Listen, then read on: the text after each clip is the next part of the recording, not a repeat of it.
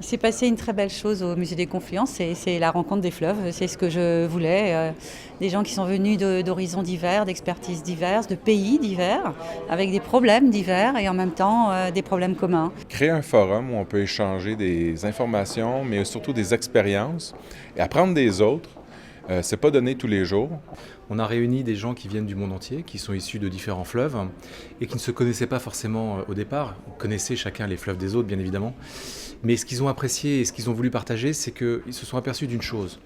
Chaque fleuve est unique, ça c'est certain, mais par contre les problématiques du fleuve, elles sont communes. Here it's possible to weigh and then the new discussion for knowledge and the companies and the power plants is possible to try to obtain the conservation and the new data.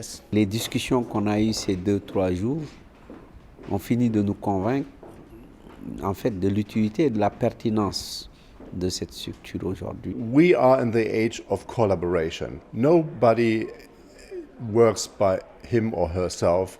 We need to get together, we need to have exchange, we have to lead this exchange in a global dimension, and this is all what we have. Ce qui est intéressant en fin de cette réunion des grands experts, c'est de réaliser que chacun connaît les fleuves dans son domaine d'expertise et qu'il a découvert que ce domaine d'expertise ne couvre pas le fleuve.